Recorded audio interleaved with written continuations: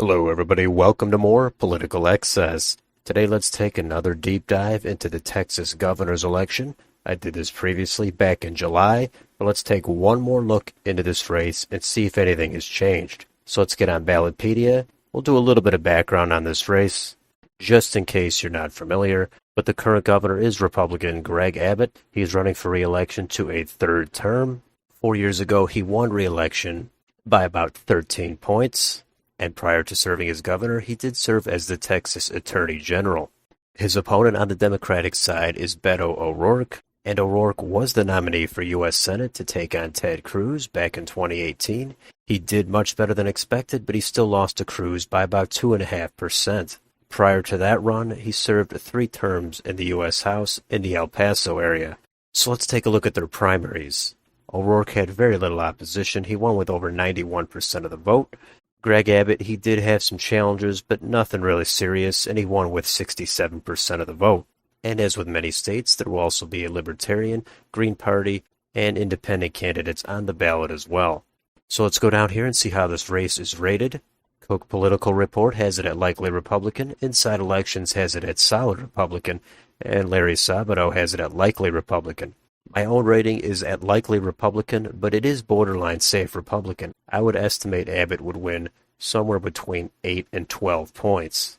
So let's move along and take a look at the county voting trends on a presidential level.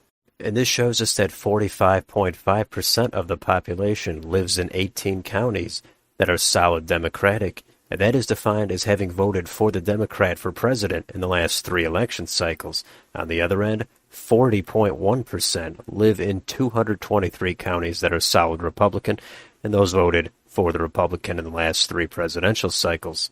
What's notable here is there are 10.2% of the population living in 3 counties that are new Democratic. Those are counties that voted for Mitt Romney, Donald Trump in 2016, but flipped to Joe Biden just 2 years ago. And then there's a few more counties down below that are trending a little bit toward the Democrat or the Republican, but it is much less significant than that 10% of the population in those 3 counties that did vote for Biden last time. So let's go down here and take a look at this county map. And the shading of these counties only indicates if they voted for the Democrat or the Republican for president in the last 1, 2, or 3 cycles. It does not indicate margins, but if you hover over any of these, it will tell you the margins from those last elections. Many of these margins are huge for the Republicans, and they voted for Donald Trump over 70 and 80%. Most of them are very rural and sparsely populated. Those 3 counties that did vote Republican up until 2 years ago and flipped for Joe Biden, those are Tarrant County, and that went for Biden by 0.2%. And then the other 2 counties are the northern and southern suburbs of Austin, and that is Williamson County, and that swung really big for Joe Biden. In 2016, Trump won it by almost 10 points. But 2 years ago, Biden won it by 1.5 points. That's a swing of more than 10 points in just 4 years. And the other county is Hayes, that voted for Donald Trump by about 1 point in 2016. But that lurched hard to the left and went for Biden by almost 11 points. So those are 2 counties that have trended heavily left. And everyone is going to be watching those for president, but in particular with this race for governor, it seems like those are where a lot of the swing voters are, and Republicans cannot keep losing these counties, or it's possible they will not be able to compete statewide in just a couple of election cycles.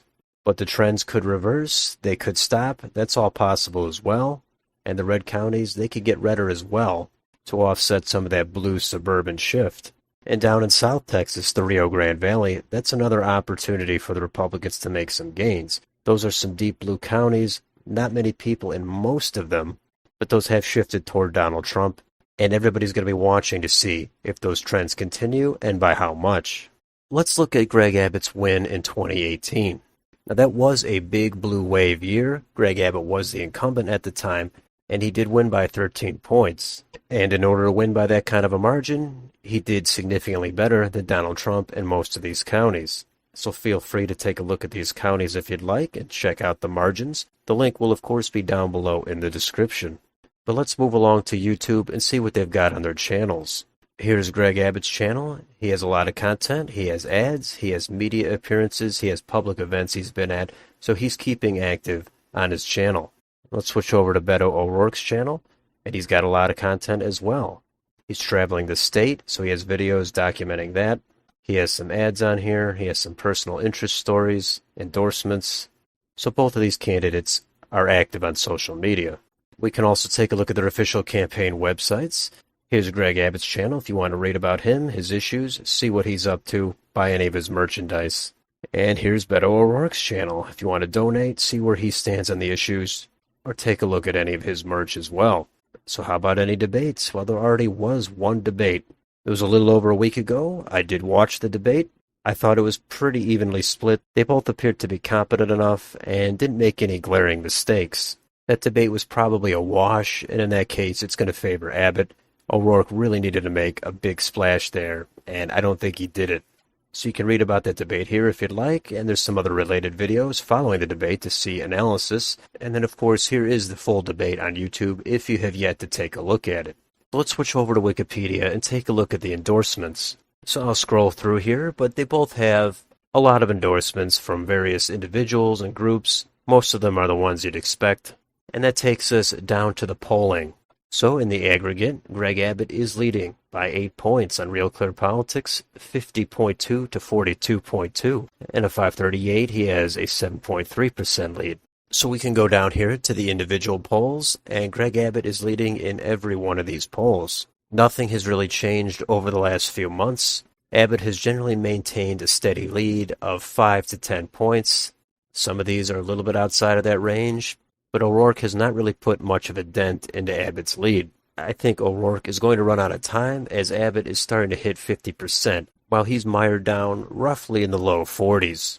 So let's compare these polls to back in 2018 to see how they stack up. And remember in that race, Abbott won by about 13.5 points. And with these polls, none of them appear to have really nailed it. The Quinnipiac poll is probably the most accurate.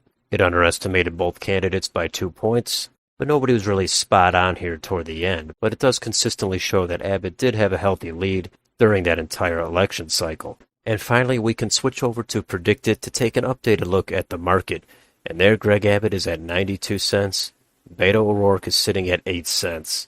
So that is overwhelming for Greg Abbott. At this point, I would say there's a 99% chance Abbott wins. Abbott has been able to weather any questions he's had about the power grid in Texas, any issues with the border, gun violence. He's been able to navigate that and still maintain a lead in every poll. As for O'Rourke, Texas is just a little bit too red of a state. Greg Abbott is an incumbent. It's a red-leaning year. I don't know how much his personality resonates with Texas as a whole. He does ignite that Democratic base, I'm sure of that. But on the other hand, he did run for president a couple of years ago, and he did nothing with that. And he also did lose to Ted Cruz. So in some sense, he does look like a repeated failure, and it does look like he's going to take another statewide loss in about a month. So I don't know where he goes from here.